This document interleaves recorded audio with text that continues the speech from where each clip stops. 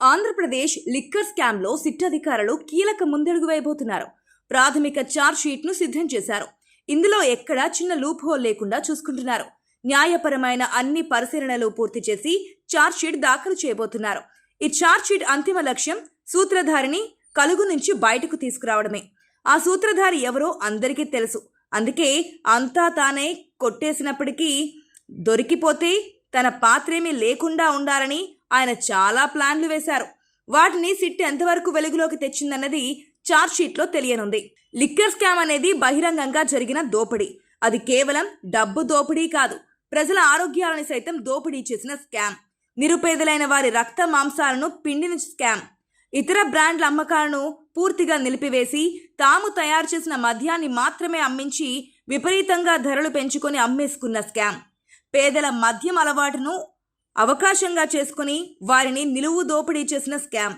ఇలాంటి స్కామ్ భారతదేశ చరిత్రలో ఎవరూ చూసి ఉండరు. ఆ విషయాన్ని సిట్ తన ఛార్జ్ షీట్లో బలంగా చెప్పాల్సిన అవసరం ఉంది. పాలకులు ఎవరైనా ప్రజల పట్ల కాస్త బాధ్యతతో ఉంటారు.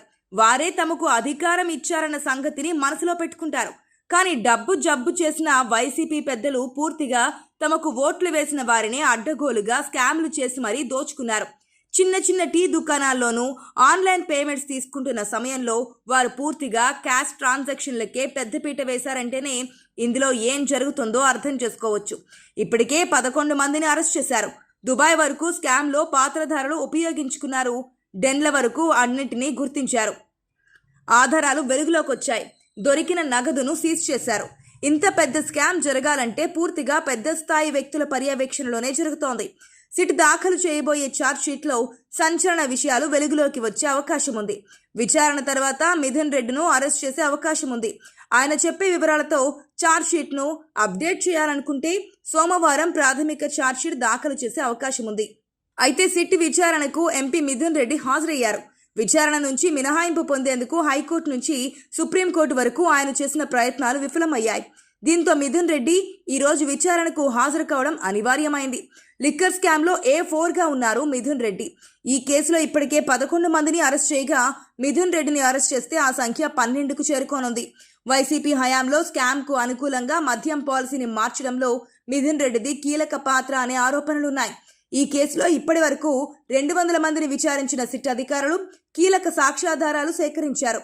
ఈ కేసులో ఇప్పటికే కసిరెడ్డి రాజశేఖర్ రెడ్డి, సజ్జల శ్రీధర్ రెడ్డి, చెవిరెడ్డి భాస్కర్ రెడ్డి, ధనుంజయ రెడ్డి, కృష్ణమోహన్ రెడ్డి, బాలాజీ గోవిందప్పలతో పాటు మొత్తం 11 మందిని అరెస్ట్ చేసి రిమాండ్కు పంపిన సిట్ మరికొంతమందిని విచారిస్తోంది.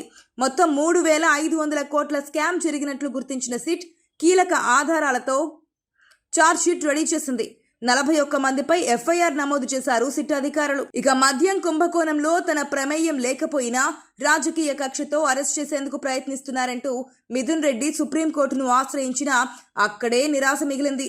లిక్కర్ స్కామ్ కేసులో ముందస్తు బెయిల్ ఇచ్చేందుకు ధర్మాసనం నిరాకరించింది. మిథున్ రెడ్డి బెయిల్ పిటిషన్ని తిరస్కరించింది. అరెస్ట్ చేయకుండా ఛార్జ్ షీట్ ఎలా దాఖలు చేస్తారని సిట్ తరపు న్యాయవాదిని సుప్రీంకోర్టు ప్రశ్నించింది. ముందస్తు బెయిల్ పొందడానికి ఎలాంటి కారణాలు ఉన్నాయని ధర్మాసనం అడిగింది. లొంగిపోవడానికి టైం ఇచ్చేందుకు కూడా సుప్రీంకోర్టు విముఖత చూపింది. ఇప్పటికే ముందస్తు బెయిల్ కోసం మిథున్ రెడ్డి దాఖలు చేసిన పిటిషన్ని ఏపీ హైకోర్టు కొట్టేసింది. హైకోర్టు తీర్పును సవాల్ చేస్తూ ఆయన సుప్రీంకోర్టులో పిటిషన్ దాఖలు చేశారు. అక్కడే ఎదురుదెబ్బ తగిలింది. మిథున్ రెడ్డి బెయిల్ పిటిషన్ని సుప్రీంకోర్టు కూడా తిరస్కరించడంతో ఆయన్ని అరెస్ట్ చేసేందుకు సిట్ రంగం సిద్ధం చేస్తోంది. కోర్టులో ఆయన అరెస్టు కోసం మెమో దాఖలు చేశారు. ఇప్పటికే మిథున్ రెడ్డి మాజీ గన్మెన్లను సిట్ అధికారులు అదుపులోకి తీసుకుని విచారించారు. గత ఎన్నికల టైంలో మిథున్ రెడ్డికి గన్మెన్లుగా పనిచేసిన 2 రహస్య ప్రదేశంలో విచారించి వారి స్టేట్మెంట్ తీసుకున్నారు. మిథున్ రెడ్డిపై సిట్ అధికారులు ఇప్పటికే లుకౌట్ సర్క్యులర్ జారీ చేశారు. ఆయన ముందస్తు బెయిల్ పిటిషన్ని కోర్టు కొట్టేయడంతో విదేశాలకు పారిపోకుండా అడ్డుకునేందుకు LOC ఇచ్చారు. మిథున్ రెడ్డి ప్రస్తుతం అజ్ఞాతంలో ఉన్నారు. ఆయన ఆచూకీని కనిపెట్టేందుకు సిట్ బృందాలను ఏర్పాటు చేసింది. ఆయన ఆచూకీ తెలియగానే సిట్ అరెస్ట్ చేసే అవకాశం ఉంది.